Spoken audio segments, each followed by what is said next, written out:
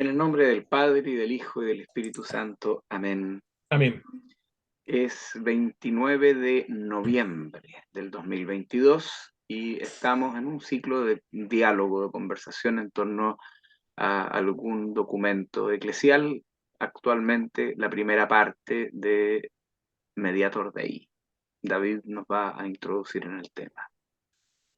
Bien, buenas noches, padre Gildo.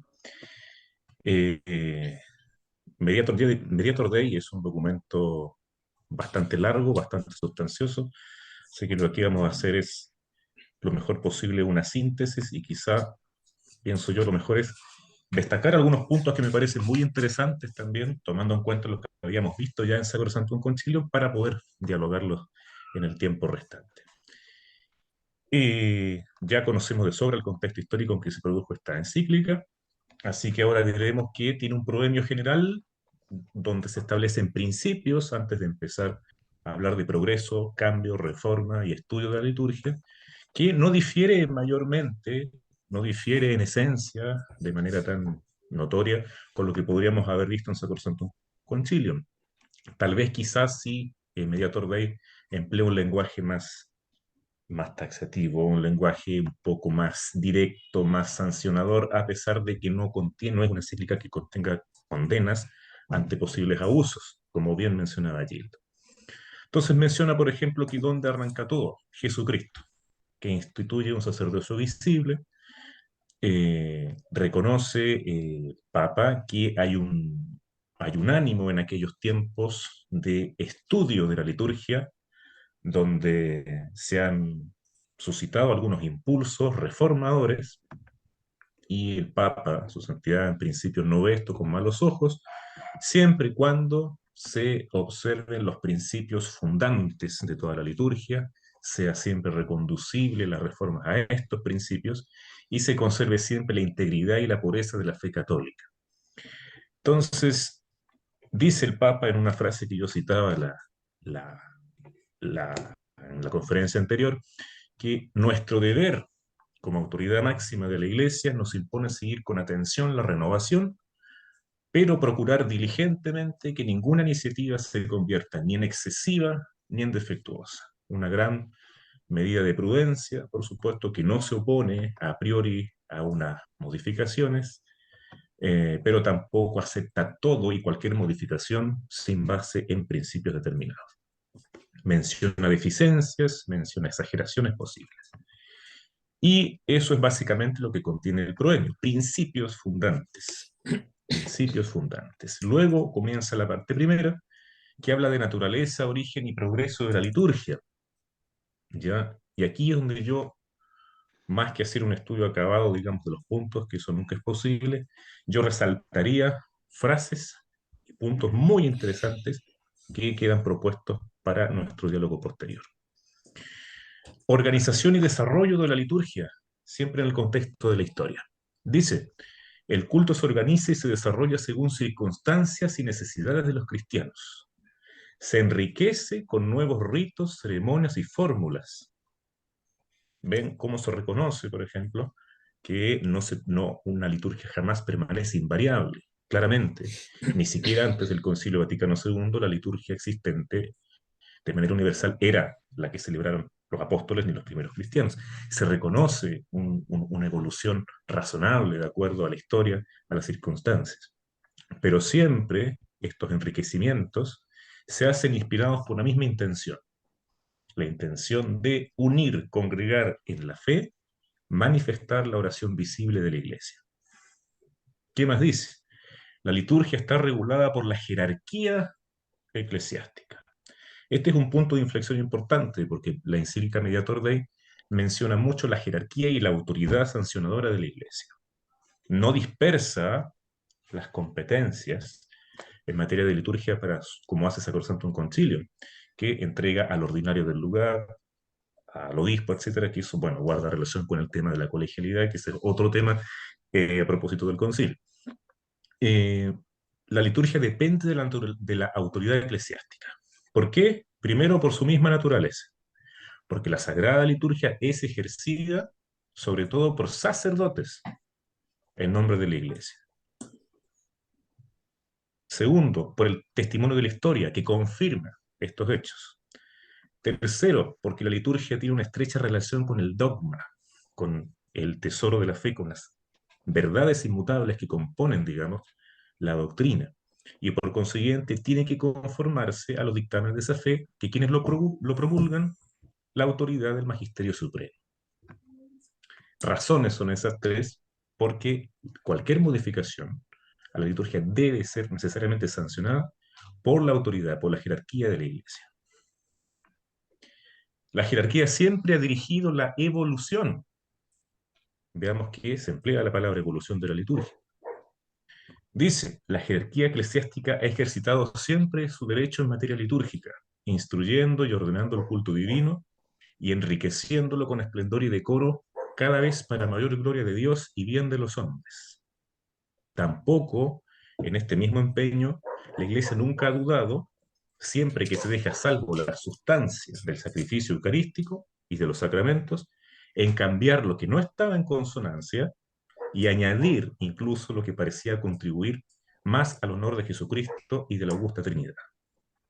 Entonces, eh, muchas personas, principalmente a veces del ambiente tradicional, piensan que conservar o mantener la tradición es una inmutabilidad rígida y absoluta, y eso jamás ha sido así, ni tampoco puede ser. Nos recuerda una distinción importante que también veíamos en Sacrosanctum Concilium, aunque aquí, a mi juicio, parece más clara. Elementos divinos y elementos humanos en la liturgia. La Sagrada Liturgia tiene elementos divinos y humanos. Los primeros no pueden ser alterados por los hombres, ya que han sido instituidos por el Divino Redentor. Los demás, es decir, los elementos humanos, sí pueden, con aprobación de la jerarquía eclesiástica, como ya se ha dicho, pueden experimentar modificaciones diversas según exijan los tiempos, las cosas y las almas. De aquí procede, esto es algo que también habíamos mencionado en Sacrosanctum Concilium, de aquí procede, dice el Papa Pío XII, la magnífica diversidad de los ritos orientales y ritos occidentales. De aquí el desarrollo de costumbres religiosas, prácticas de piedad extralitúrgicas, etcétera, etcétera, etcétera. O el renacer o el nuevo empleo de usos piadosos que el tiempo había borrado. Son los elementos humanos de la liturgia los que pueden desarrollarse y los que están sujetos a cambios. Ahora, ¿por qué esto puede ocurrir? Y aquí el Papa es bastante didáctico, a mi juicio. ¿Por qué puede ocurrir que estos elementos humanos vayan transformándose en el tiempo, se decida cambiarlos, se decida modificar? ¿Por qué? Primero, debido a una formulación doctrinal más segura. Puede suceder que en el transcurso de la historia, y aquí se me ocurre un ejemplo, por ejemplo, el dogma de la Inmaculada Concepción, cuya fiesta se celebra pronto, 8 de diciembre. El dogma de la Inmaculada Concepción es relativamente reciente. Entonces, a partir de esa declaración de ese dogma, nace, digamos, y se instituye propiamente esta fiesta en el calendario litúrgico, que antes no existía. De la Inmaculada Concepción podrá haberse hablado muchísimo, muy piadosamente, algunos santos, algunos padres, teólogos, etcétera, pero no estaba definido como dogma. Y al ser definido como dogma, se instituye propiamente tal una fiesta que ahora forma parte del calendario litúrgico y establece ciertos colores en la ornamentación. Recordemos que en la fiesta de la Inmaculada se permite el uso del color celeste en lugar de los ornamentos blancos, como suele ocurrir en las fiestas de la Virgen. Entonces ahí tenemos como elementos externos de la liturgia, por ejemplo, el destaque de una fiesta o el uso de determinados colores, depende, digamos, de una formulación doctrinal más segura. Antes no existía la formulación de este dogma, ahora sí, por lo tanto su correspondiente fiesta y su liturgia propia. Ahí hay un ejemplo, por ejemplo. Debido a modificaciones disciplinares, dice. La disciplina eclesiástica, en lo que toca a la administración de los sacramentos, puede ir cambiando a lo largo de la historia y eso determina que haya modificaciones en algunos elementos de la liturgia.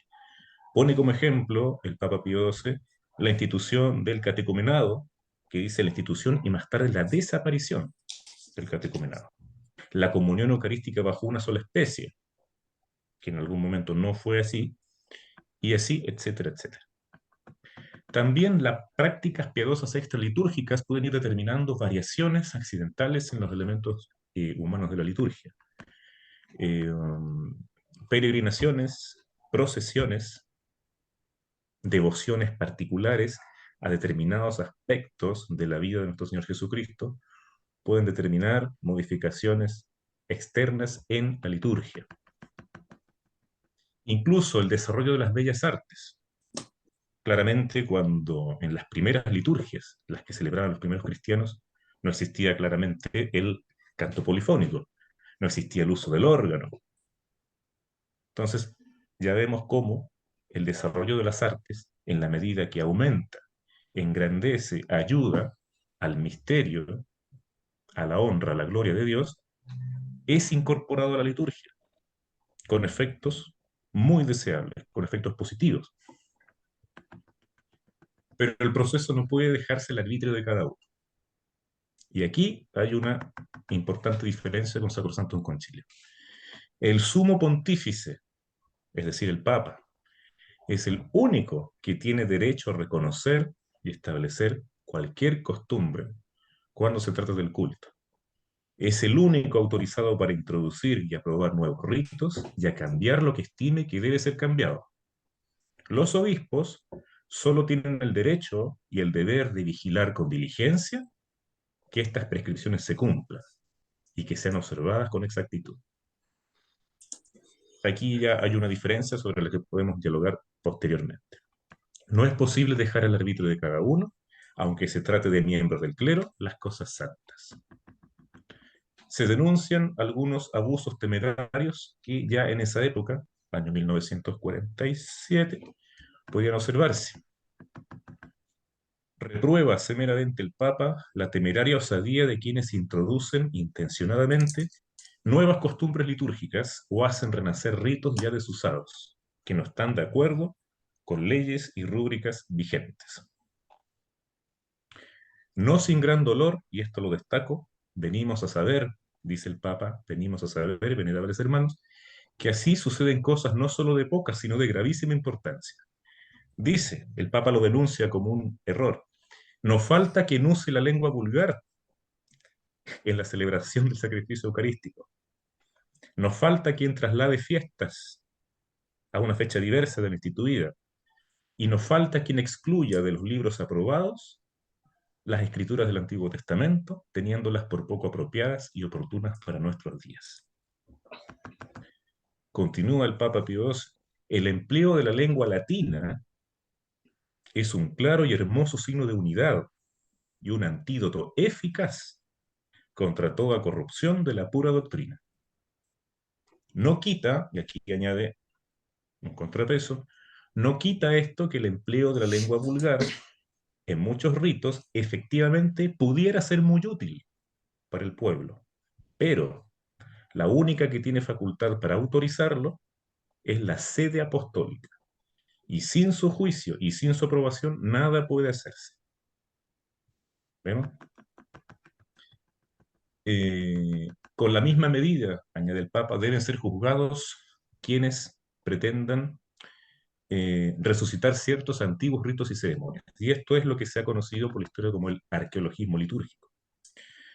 Se sale del recto camino quien desee volver al altar su forma antigua de mesa. Vean cómo el Papa denuncia esto como error. Se aparta del recto camino quien desee excluir el color negro de los ornamentos litúrgicos. Se aparta de del recto camino quien quiere eliminar de los templos las imágenes y las estatuas sagradas, quien quiere hacer desaparecer la cruz y las imágenes del Redentor crucificado, y quien repruebe o desprecie el canto polifónico. Esto es lo que el Papa llama un arqueologismo excesivo. Y aquí me detengo porque hasta aquí llega la primera parte. Ya después empieza a hablar de otro tema, aunque en conexión con el aire. Dejo en el aire cualquier comentario, diálogo.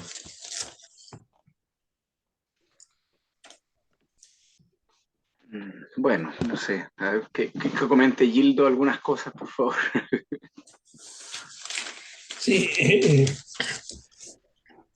me pareció muy adecuado la síntesis de David. Presenta varios elementos que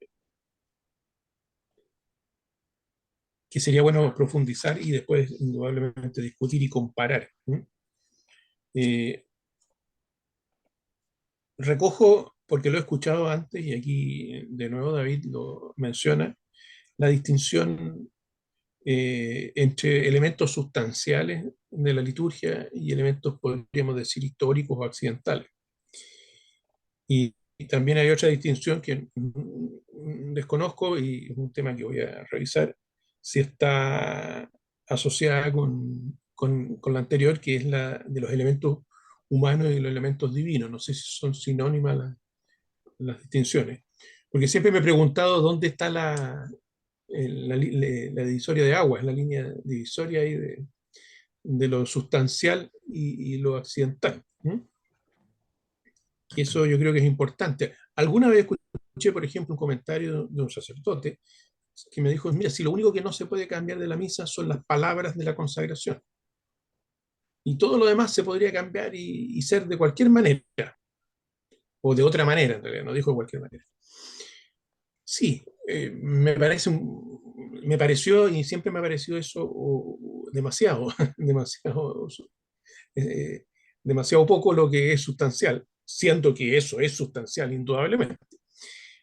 Y por otro lado, pareciera que las palabras de la consagración, no sé si se han respetado necesariamente en las versiones actuales. Habría que ver. La palabra, me refiero a la palabra de nuestro Señor Jesucristo en la consagración. Entonces sería interesante, y desde luego yo lo estoy planteando como un tema que seguramente yo voy a recordar en la próxima exposición cuando hagamos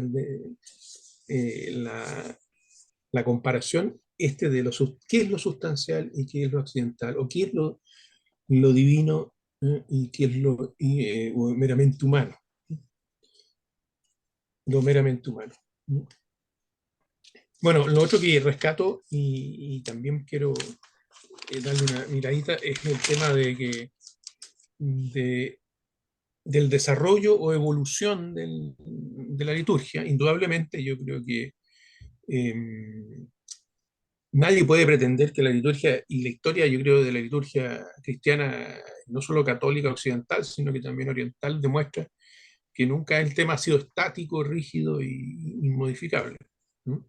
Pero me recuerda a un librito que yo empecé a leer y que lo tengo por ahí pendiente como para ¿cómo se llama? Para en alguna de estas sesiones poder exponer brevemente.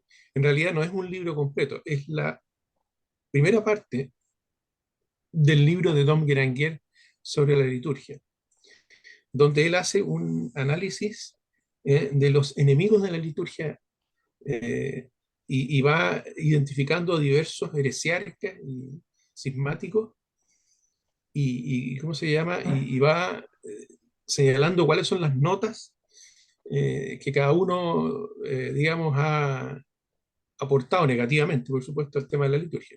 Y me llamó la atención porque uno de los comentarios que hacía era que, y se refería a los ortodoxos, que decía que habían conservado muchas cosas, pero las habían conservado como un tesoro rígido, por así decirlo, como algo estático, casi muerto, no usa la palabra muerto, pero... ¿no? Ahora, él reconocía que eso era que se hubiese conservado y que el hecho de haberse separado de Roma y haber tomado otro camino jurisdiccional al menos, eh, a pesar de eso, consideraba que el haber congelado, por así decirlo, los ritos era algo positivo porque casi lo daba a entender que era como un puente, o podía ser un puente para volver a reconectar con la iglesia a los orientales o cismáticos, como le llaman, ortodoxos. ¿Mm? Me acordé de eso porque él destacaba como una característica esta cristalización, por así decirlo, de la liturgia que se había producido en ciertas iglesias orientales u ortodoxas. Pero el tema del desarrollo, del tema del desarrollo de la liturgia, también me me trae a la mente eh, la relación que tiene que haber entre la lex orandi y la lex credendi.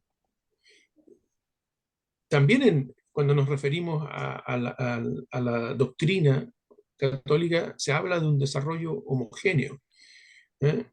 Un desarrollo homogéneo del dogma, o sea, de las verdades de la fe.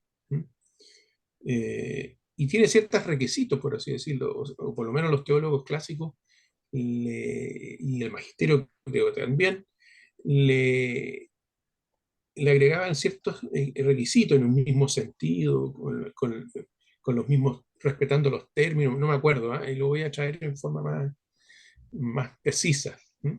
Así que este tema del desarrollo de la liturgia sería interesante desarrollarlo, asociarlo al desarrollo de la fe. Por ahí he escuchado algunas observaciones o críticas, sobre todo a los problemas litúrgicos postconciliares, diciendo que muchas veces se refleja o reflejarían un cambio en la lex credendi.